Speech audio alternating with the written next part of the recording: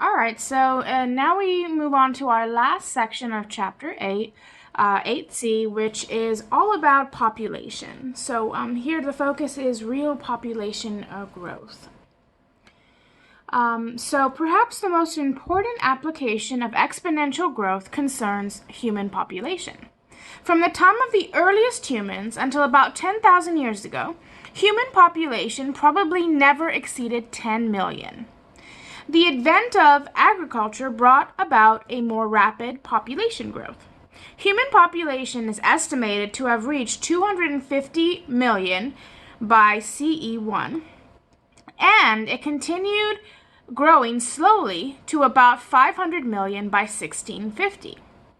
Exponential growth set in with the Industrial Revolution. Our rapidly developing ability to grow food and exploit natural resources allowed us to build more homes for more people. Meanwhile, improvements in medicine and health science lowered death rates dramatically. In fact, world population began growing at a rate exceeding that of steady exponential growth, in which doubling time would have remained constant. Population doubled from 500 million to 1 billion in 150 years, from 1650 to 1800. Okay, so we have a doubling happening from 500 million to a billion, and it took 150 years for this to do this, from 1650 to 1800. It then doubled again, so now it's at 1 billion, so to double it, it would be 1 plus 1, which is 2, so 2 billion. In 1922, only about 120 years. So the doubling time changed from doubling every 150 years to doubling about every 120 years. The next doubling, so now we're at 2 billion, so the next doubling becomes 4 billion. The next doubling, 4 billion, was completed by 1974, a doubling time of only 52 years. So we have a doubling time of 150 years, then it goes down to 120 years, and then it jumps all the way down to 52 years. World population is projected to reach 8 billion by 2024. Which would mean the most recent doubling has occurred in just 50 years. So if this is true, which is only 4 years away, then we would have a doubling within 50 years. To put the current world population growth into perspective, let's consider the following facts. All right, so we'll consider these facts, and we'll also look at this graph right here. So this graph represents the world population since 10,000 BCE until present. So every 4 years, the world adds nearly as many people as the total population of the United States. Each month, world population increases by nearly the equivalent of the population of Switzerland. While you study during the next hour and a half, the world population will increase by about 10,000 people. So if you look at the graph, you see how it is not exponential when it starts out, right? It's definitely more linear looking. And the growth is very slow, very slow, very slow, very slow, and consistent, right?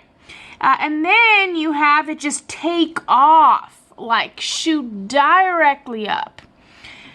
Once we get close to the 1900s. That's when that dramatic increase begins. Now, projections of future population growth have large uncertainties, and demographers often state low, intermediate, and high projections based on differing assumptions about future growth rates. As of 2017, the United Nations intermediate projections predict that world population will reach 9.7 billion by 2050 and 11 billion by 2100. Fortunately, while the absolute increase in population remains huge, right? And remember, absolute change is the actual amount, right? The number of people that it is increasing by. It remains huge. These numbers indicate a growth rate that is declining. So when we look at it in a relative perspective, compared to the growth rate of previous years, we actually find that the growth rate is declining. This fact makes many researchers suspect that the growth rate will continue its downward trend, thereby preventing a population catastrophe.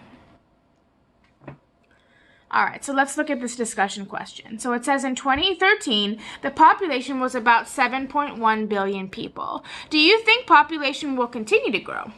And then what do you think population will be in 2050? And then it says it's okay to guess, right? And so, you know, while you're watching this video or while you're completing these notes, you come up with your prediction, right? Do you think population will continue to grow? Well, if you just consider what has happened over the last 200-300 years, population has steadily grown, right? There's been no year where it has gone down as far as the absolute value, right? So it would make sense to say, yes, the population will continue to grow. Now, whether the growth rate is a slower rate than it is before, that is something that we have yet to see, right? If that continues. But will it grow? Yes. So we could say, yes, the population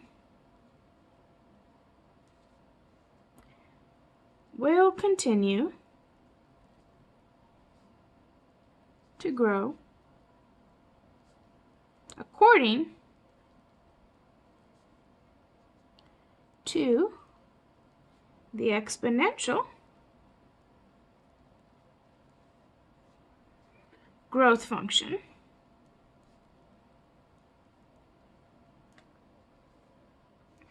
given above. Right, this right here. We can expect that it is going to keep that exponential trend.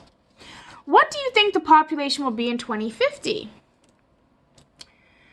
Well, in 2013, we have about 7.1 billion.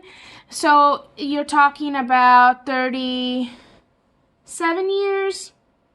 So maybe 10 billion? So we could say 2050 prediction. 10 billion people. Or you may think it's higher or lower, right? This is your prediction based on the information given. Right? So it's okay if different people have different answers for this one. All right, let's continue. All right, so now we talk about varying growth rates. So since 1650, the average annual growth rate for world population was about 0.7%. Okay, since 1650, this was our average growth rate. However, the rate has significantly varied over the years. For example, it peaked to about 2.1% during the 1960s, and then went down to 1.1 in 2013. Find the approximate doubling time for each of these growth rates. And so if you remember from the last section, we were finding approximate and exact doubling and half times. Okay, so it's very important when you read your question to identify, are we looking for an approximate doubling time or are we looking for an exact doubling time? Because these are two different formulas. So the approximate formula, remember, is called the rule of 70. Very, very simple. You simply take 70 and you divide it by the percent. And so here we have doubling time for 0.7 rate. So if we have a growth rate of 0.7%, how long will it take for it to double? Right? That's what doubling time means. So in this case, we do 70 divided by p, which, remember, p is the exact percent. It's not the percent changed into a decimal. It's the exact percent. So this is less than 1%. If we divide it, we actually get 100. Okay, so this is saying that at the growth rate of 0.7%, it takes 100 years for the population to double. All right, let's look at the doubling time for 1.1 rate, which was the growth rate in 2013. Okay, so the most recent that we have. And so here we would have 70 divided by 1.1. And this will give us approximately 63.6 years. Okay, so you see, as the growth rate increases, the time it takes for it to double decreases. So now with this growth rate of 1.1%, it's going to take roughly 64 years for the population to double instead of 100 years. And then lastly, we talk about that highest growth rate, which peaked in the 1960s. And that is 2.1%. So we get the approximate doubling rate by taking 70 and dividing it by 2.1. And then this gives us approximately 33.3 years. So dramatically less. So here, with this growth rate of 2.1%, the population will double every about 33 years. Okay, which is pretty crazy. And so, as you can see, the higher growth rate is going to make that doubling happen quicker and quicker and quicker. If we get the growth rate to be less, then it starts slowing down how often the population doubles. Now, we're going to use this information to predict the world population in 2050 based on a 2013 population of 7.1 billion. Okay, and so we have this formula from 8a and 8b. Remember, to find out the actual population value, you have to take the initial population and you multiply it by this factor. Okay, remember, this is the factor. All right, and so t, small t, that is how many years have passed, and large T double is the doubling time. How many years does it take to double? So, here, if we identify what small t is, right, we're comparing it from 2013, so that is 37 years. Right, until it gets 250. So that's small t, which is going to be for all three of these examples. However, this t double is going to be different from each one.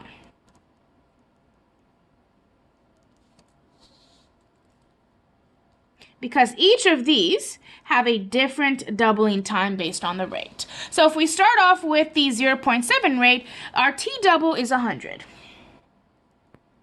All right, if we do the 1.1 rate, then our t double is 63.6. And if we want to put years here, that's okay, to kind of identify what this is. And then finally, if we have the 2.1 growth rate, then we have 33.3 years is our doubling rate. All right, so now let's use the formula. So we start off with the initial value, which is 7.1 billion. So instead of writing 9 zeros, I'm just writing 10 to the 9, times, and then we multiply by the factor. So it's doubling, that's why we have a base of 2, and then we have our exponent, that is a fraction. On top of the fraction goes small t, so that's 37, and on the bottom goes the time of double, so this is 100. All right, if we plug this into the calculator, we get about 9.2 times 10 to the power of 9, which is about, this is a billion, so this is about 9.2 billion. Okay? In other words, based on the growth rate of 0.7%, we can predict that the population in 2050 will be about 9.2 billion. All right. Now let's see based on the rate of 1.1%, which was in 2013. So we have our base rate, our base value population, which is 7.1 billion. And then we're going to multiply it by our factor. So we're doubling, that's why we have a base of 2, and then we have our fractional exponent. So the numerator is still going to be 37 because we're still looking at the 2050 population, which is 37 years from 2015, which is the initial. And we're going to divide it by the t double, the time it takes to double, which is 63.6. All right, so this will give us about 10.6 times 10 to the power of 6, so really just multiplying these two, which will end up giving us about 10.6 billion. Okay? Which is close to our prediction. So you see how the growth rate was higher, so we have a higher prediction. All right, lastly, we have the highest growth rate, which was based on the growth of the 60s. And so this will be our initial population, so 7.1 billion, times our factor, so 2 because of the doubling, and then our fraction 37 goes on the top, which is small t, how many years have passed, so it's still 37 because we're looking at 2050, divided by how many years it takes to double, which is 33.3. All right, so this is going to give us approximately 15.3 times 10 to the power of 9, which is about 15.3 billion. Okay, so you see how dramatically larger this is because of the growth rate based in the 1960s. And so here, which one would be the most accurate for our scenario? Well, this one. Why? Because what is this rate based on? This is based on 2013. This is based on the 1960s, and this is based on 1650, right? And so if you want to know what is going to be the best model to predict future populations, you need the most current data, right? The most current data is going to provide you with the most accurate population prediction. So that's why this is a reoccurring thing, right? Scientists that deal specifically with population and growth rates repeat this, right? Every year as they get more and more data, they refine their models so we can make more exact predictions. All right, let's look at overall growth rate. So the world population growth rate is the difference means subtraction, between the birth rate and the death rate. So it is extremely, very, very simple formula. To find the world population growth rate, you simply subtract these two values, the birth rate minus the death rate. Now, as long as the birth rate is higher than the death rate, you're going to have a growth in population. If the death rate becomes higher than the birth rate, that's when you're going to see a decline in the population. So in 1950, the worldwide birth rate was 37 births per 1,000 people. Okay? So for every 1,000 people, there was 37 births. And this is 1950. The worldwide death rate was 19 people, so 19 deaths per 1,000 people. Okay?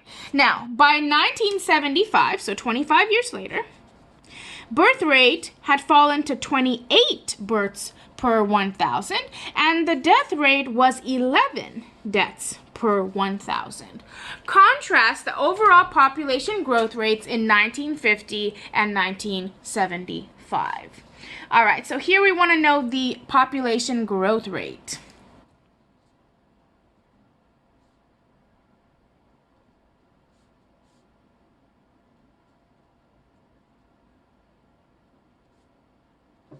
Alrighty, so very simple, birth rate minus death rate. So in 1950, our birth rate was 37 per 1,000 people. Do you guys remember what per means? If you said divide, you are correct.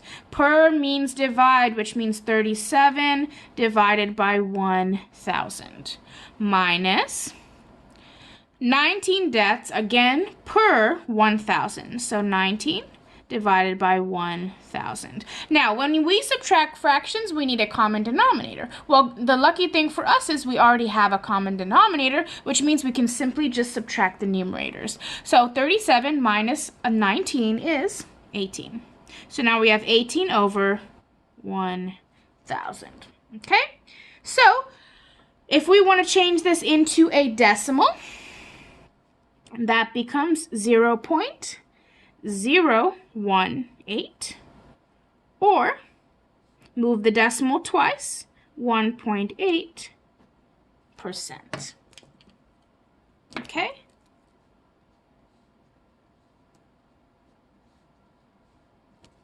So please don't make the mistake of thinking this is 18%, because remember, what does the word percent mean? It means by 100. But this is not by 100. It's not saying that there are 18 people out of 100 as the population growth rate. It's saying out of 1,000, okay? So first, you change it to a decimal like you always do, and you see when you divide 18 divided by 1,000, it's not 0.18, it's 0.018. So when you multiply by 100 or move it 2 decimals to change it to a percent, you just get 1.8%. Okay, and think about what we're dealing with here. We're dealing with population growth rate. Okay, you're not going to have an answer that's above 10%. It's just not going to happen. Okay, so that'll give you kind of a clue if you're going wrong if you put something like 18 as a growth rate percent. Okay, so be real careful with your instructions. Sometimes all it says is, like in this case, just find the population growth rate, which means this would be acceptable. Okay. Or it might say write your population growth rate as a percent. Then this is what they're looking for. So just be mindful of that. All right, so now let's look at 1975. So again, we want the population growth rate. All right, so in 75, we have 28 births out of 1,000. So again, you have your per, minus the death rate, which was 11 deaths per 1,000. So again, we have the same common denominator, so we just subtract the numerators. So 28 minus 11 is 17. So we have 17 out of 1,000. All right, and if we want to write this as a percent, we could change it first to a decimal, or a percent. Okay, so all of these are equivalent answers. It really just depends on what your problem is specifically asking you for. And then the last thing is contrast the overall population growth. So let's contrast them. So we could say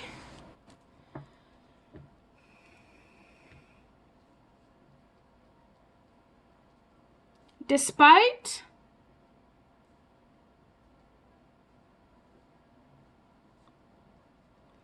the significant fall in worldwide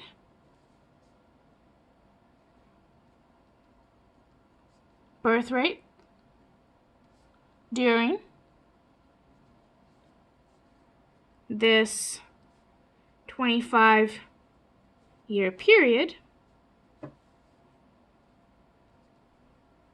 the population growth rate barely changed because the death rate fell almost as much. Right, so we had 37 births per 1,000. That fell down to 28 births, right? And then the 19 deaths fell down to 11 deaths. So they both changed, right? The birth rate and the death rate decreased at the same time. That's why the overall population growth rate barely changed, right? A small decrease, but not that much.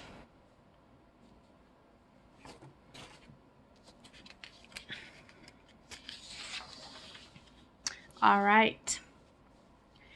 In 2012, the global averages were, all right, so 2012, 19 births per 1,000 people and 8 deaths per 1,000 people. Therefore, the population growth rate was, and so let's do the work here. So remember, the growth rate is simply the birth rate, so 19 out of 1,000, minus the death rate, which is 8 out of 1,000. 19 minus 8 gives us 11. All right, so the population growth rate was 11 per 1,000. Write the growth rate as a decimal. So if we find this as a decimal, 0.011, write it as a percent, multiplied by 100, we get 1.1%. Now, the following table gives the birth and death rates for China in 3 different years. Find the country's net growth rate due to births and deaths in these 3 different years. So we have 1980, 1995, and 2010. And if we look at this, so these are the birth rates for these years, and then these are the death rates. Okay, and remember, to find the population growth rate, you just take the birth rate and you subtract the death rate. All right, so let's start off with 1980. So in 1980, we have 21.5, and then this is very, very important because this tells you what you're dividing these values by. So per 1,000, so you have 21.5 per 1,000. Minus, and then what is the death rate for 1950? 7.1, also per 1,000. So 7.1 per 1,000. Now, almost always they give you the same per, so you're dividing by the same amount, which makes it very easy to subtract. But if, for however, they didn't, so say this was like per 100 or per 10,000, you would still subtract, but then you would first have to find a common denominator before you could subtract the numerators. All right, so if we do 21.5 minus 7.1, we get 14.4 per 1,000. All right, and so if we were to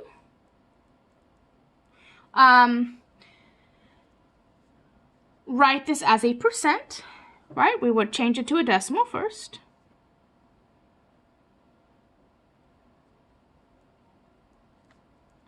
And then we would change it to a percent. So this is the percent. Or you could say 14.4 per 1,000. Okay? So typically, the fraction isn't our answer, like as far as our final answer, right? For your final answer, you probably want to write as this, like as an explanation or as a percent.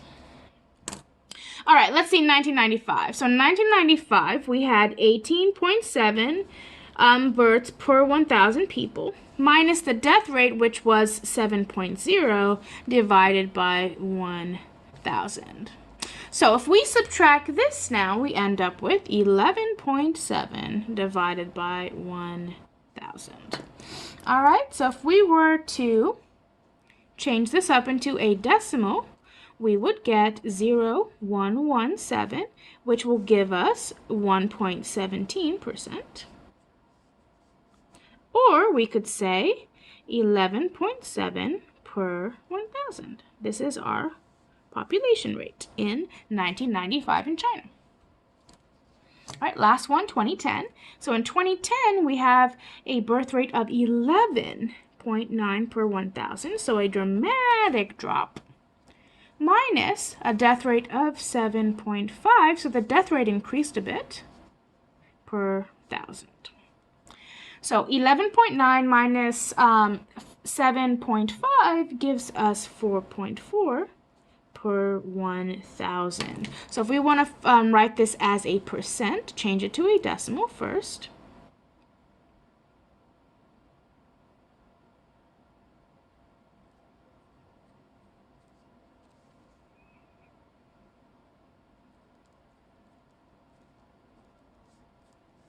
So less than a percent, or 4.4 per 1,000.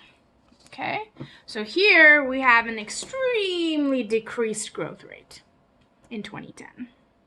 And it makes a lot of sense because here the birth rate dropped dramatically, whereas the death rate changed not that much, right? Over all these years, 40 years, 30 years, my bad. Over these 30 years, you have Not that much difference between the death rates. Now, describe in words the general trend in the country's growth. Based on this trend, predict how the country's population will change over the next 20 years, and then do you think the prediction is reliable? So we can say something like, China's growth rate has been declining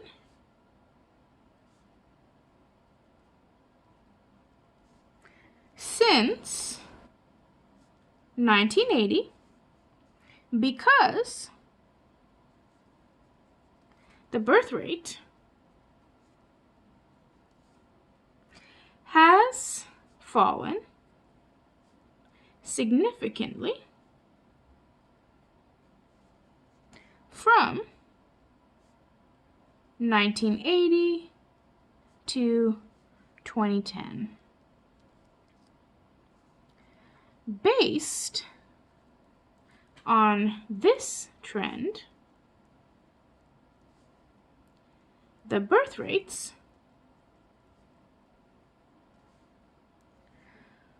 will continue to decline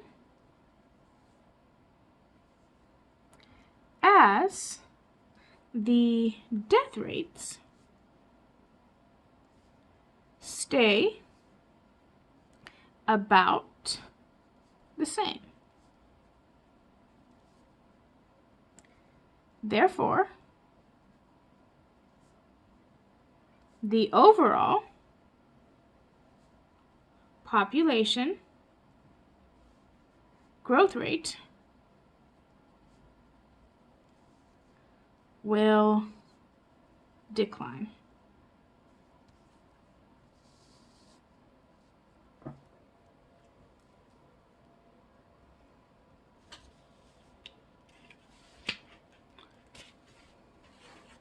All right.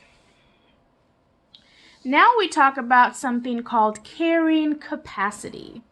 So for any particular species in a given environment, the capacity is the maximum sustainable population. So this can be with anything, with fish, with animals, with humans. Okay, the capacity is the maximum sustainable population. That is the largest population the environment can support for extended periods of time. So two models for population approaching the carrying capacity. So we have what's called the logistic growth model, gradual leveling off, and then the overshoot and collapse model, where you have a rapid increase followed by a rapid decrease. We will focus on the logistic growth model. When a population is small relative to its carrying capacity, logistic growth is exponential with a fractional growth rate close to its base growth rate R. As the population approaches the carrying capacity, the logistic growth rate approaches 0. And so we're going to look at a graph that is... So as we can see here, we have time over time, right? And then this is our population. And so this horizontal line is our carrying capacity, all right? And then this is our exponential growth. When the population is much less than the carrying capacity, logistic growth looks like exponential growth, okay? So when the population is much lower than that maximum capacity, we have that exponential growth. However, as it starts to get closer to reaching the carrying capacities, that's when we have our logistic growth. So logistic growth levels off as population approaches the carrying capacity, okay? Because what's going to happen? So like think about if, say just the state of Texas, say, it was completely walled around. So we were, no one could leave. We're all inside here. And say the population, continues to grow. As we live, more people have children. We have very good, healthcare. We have good food. We have all that kind of stuff, right? And so the death rate is not going to be very high unless something very catastrophic catastrophic happens. So the birth rate's going to keep on increasing. The death rate may stay more or less the same. So then you start having a larger and larger and larger population growth until it reaches that maximum, right? And so there's no more space. There's not enough food being produced for the people that are living in the area. What ends up happening then? You end up with a lot of stuff. People start starving to death. People start, wars, fighting over the food to get what they can. So all of that causes this dramatic leveling off. Okay, because the population starts declining now due to getting close to reaching capacity. And so we have the logistic growth rate at any particular time depends on the population at that time and the carrying capacity and the base growth rate. So those are the three factors that the logistic growth rate is dependent on. Population at the time, the carrying capacity, which is that maximum population that the environment can take, and then the base growth rate. And so this is the formula. So R is your base growth rate, population at the time, and then your carrying capacity. Okay, so not a very complicated formula. And so here we have the worldwide population growth has been slowing since around 1960, when it was 2.1% and population was about 3 billion. Assume that these values for the growth rate and population represent one point in time on a logistic growth curve with a carrying capacity of 12 billion. So here we're saying, suppose that we have a carrying capacity of 12 billion. All right. Does this model successfully predict the 2017 growth rate of 1.1% given the 2017 population of 7.5 billion? All right, so the first thing that we have to figure out is what is the base growth rate, right? Because that has not been given to us. They have given us the population and they have given us the carrying capacity, but they have not given us that base rate. So that's the first thing we're going to have to find. So pretty much we have to solve for R, right? And so really, if we're trying to solve for R, we just have to get rid of this. And then we have R by itself, right? And so how do you get rid of something that's being multiplied? If you said you divide it, that would be correct. So we'd actually divide both sides by this amount. This would get canceled and we'd be left with this. Okay, so in other words, if we want to solve for just the base growth rate R, we would end up with our logistic growth rate. Logistic growth rate. All right, divided by this. 1 minus population divided by carrying capacity.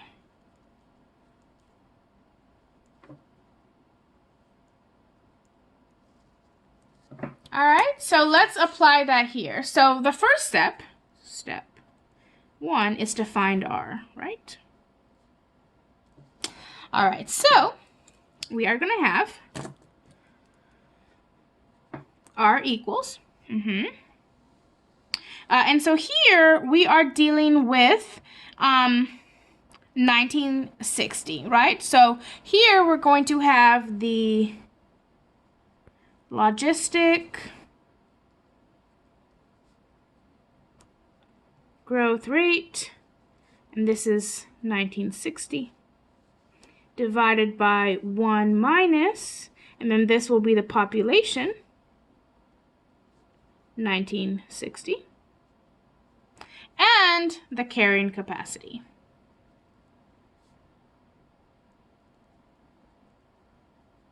So now let's plug that in. So the logistic growth rate for 1960 is 2.1%, so we change that to a decimal. And on the bottom, we're going to have 1 minus. So what was the population in 1960? 3 billion. So I'm just going to write it as a scientific notation, so I don't have to be writing all those zeros. And then the carrying capacity was 12 billion, so this would be 12 times also 10 to the 9. All right, so this becomes very simple to simplify because if you're dividing and these are the same, they actually end up canceling. And so then you end up with 0.021, and then this becomes 1 minus 3 over 12. Okay, and so then this ends up with 0.021, and then this is really 1/4, so 1 minus 1/4 is 3/4, which is 0.75, and then this gives us 0.028. Or if we want a percent, 2.8%. Okay, all right, so this would be our base growth rate. And so now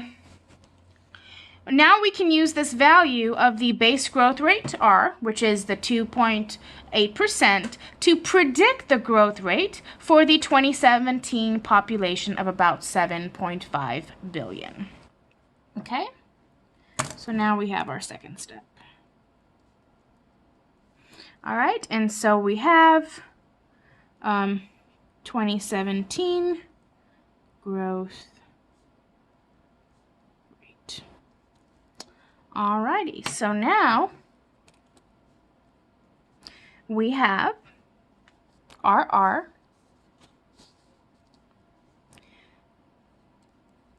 which is a decimal whenever you're using it in a formula, times 1 minus and then what is the population? So here we're dealing with 2017, so that is 7.5 billion. And the carrying capacity is still 12 billion. All right, so again, we can simplify by canceling these. So we get 0.028 times, and then this will be 1 minus 7.5 divided by 12. So if we continue this, we end up with a decimal 0.0105, or roughly about 1.1%. Because you move a 2, you get 1.05, so that gives you about 1.1%. So, is the model successful? Does this model successfully predict the 2017 growth rate of 1.1%? Absolutely. So we can say yes, model is successful. Okay, so this logistic growth rate model is successful. All right, so now we're going to talk about the second method, which is overshoot and collapse. So the second possibility. So a logistic model assumes that the growth rate automatically adjusts as the population approaches the carrying capacity. However, because of the astonishing rate of exponential growth, real populations often increase beyond carrying capacity in a relatively short period of time. This phenomena is called overshoot. When a population overshoots the carrying capacity of its environment, a decrease in population is inevitable. If the overshoot is substantial, the decrease can be rapid and severe, a phenomenon known as collapse. The given figure contrasts the logistic growth with overshoot and collapse. Okay, and so this kind of contrasts those two possibilities. And so you have the logistic growth, which is like this, right? So it starts off kind of exponential, but then as it gets close to having reached that carrying capacity, it starts to level off. Okay? Overshoot and collapse, it continues to increase at that exponential level, up, up, up, up. It passes that maximum possibility of the environment, and at that point, you have that collapse all the way down. And then, over time, it'll continue with the same thing. And so these are the two possibilities that can happen when you have that exponential growth in a population. So obviously, this is going to be the better method, right? Because you don't have that drastic decrease in population. Because for population to decrease, something bad has to happen, right? There's nothing positive that's going to come about with the population decrease. So you have big war, you have a big sickness, you have natural destruction, all that kind of stuff. So key points. Carrying capacity. Given the human population cannot grow exponentially forever, right? Because we have a fixed Earth, right? Which can only hold so much of a population. Logistic growth is clearly preferable to overshoot and collapse. Logistic growth means a sustainable future population, while overshoot and collapse might mean the end of our civilization. Unfortunately, any estimate of carrying capacity is subject to great uncertainty for at least the following 4 important reasons. And so this talks about why it's so difficult for scientists to accurately estimate the carrying capacity. So the carrying capacity depends on consumption of resources such as energy. However, different countries consume at different rates. For example, the carrying capacity is much lower if we assume that the growing population will consume the energy at the US average rate, rather than the Japanese average rate, which is about half the US rate. The carrying capacity depends on assumptions about environmental impact of the average person. Okay, so the first one is that depends on that consumption of resources. And then here we have it depends on the assumptions of environmental impact of the average person. A larger average impact on the environment means a lower carrying capacity. The carrying capacity can change with both human technology and the environment. For example, estimates of carrying capacity typically consider the availability of fresh water. However, if we can develop new sources of energy, such as fusion, nearly unlimited amounts of fresh water may be obtained through the desalinization of seawater. Conversely, global warming is altering the environment and might reduce our ability to grow food, thereby lowering the carrying capacity. And lastly, even if we could account for the many individual factors in the carrying capacity, such as food production, energy, and pollution, the Earth is such a complex system that precisely predicting the carrying capacity may well be impossible. All right, so we end this discussion by looking at a case study. And so one of the few places for which long-term population data are available is Egypt. The following figure shows these data along with a few historical events that affect the population. Note the complexity of the pattern. Even with the best mathematical models, it is hard to imagine that scientists in ancient Egypt could have predicted the future population of the region over a period of even 100 years, let alone 1,000. Note also the unprecedented increase in Egypt's population during the last 2 centuries. Last 2 centuries, illustrating that modern population growth has no counterpart to the rest of human history. So because of the Industrial Revolution and the advances in medicine and technology, we have this unprecedented modern population growth that none of the previous history has seen. So let me see if I can make this a little bit closer. All right, so this is our diagram. All right, and it tells you that notice that each tick mark on the vertical axis represents a doubling of the population. All right, and so we look and we see that, right? So like it's increasing, then it kind of declines a bit, then it increases, then it kind of declines, it increases, and it declines, and then it's pretty much a straight up increase over the last 250 years. And then here it kind of tells you what's happening, right? So here you have the Persian conquest, and then you have a decline in population, probably due to, war, hunger, all that kind of stuff. Then you have an increase. So when the Roman conquest, it has a decline, and then things probably, stabilize.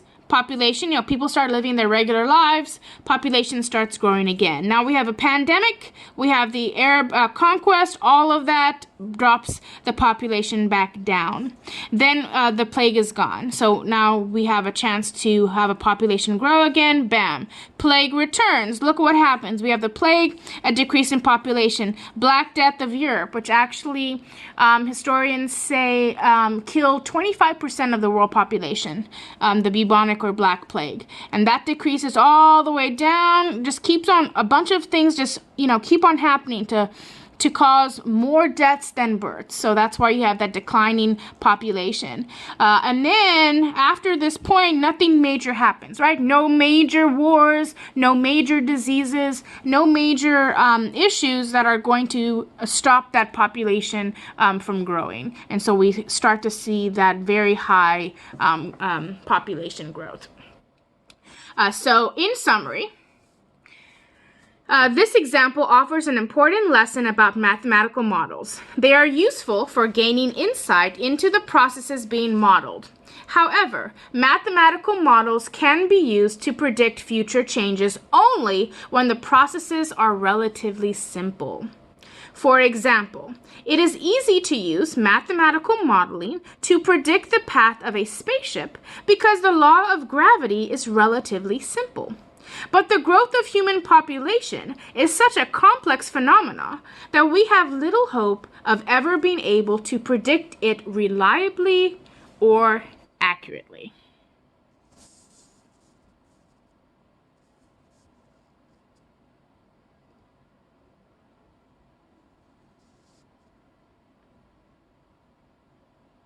And that is the end of our discussion on population growth and section 8C.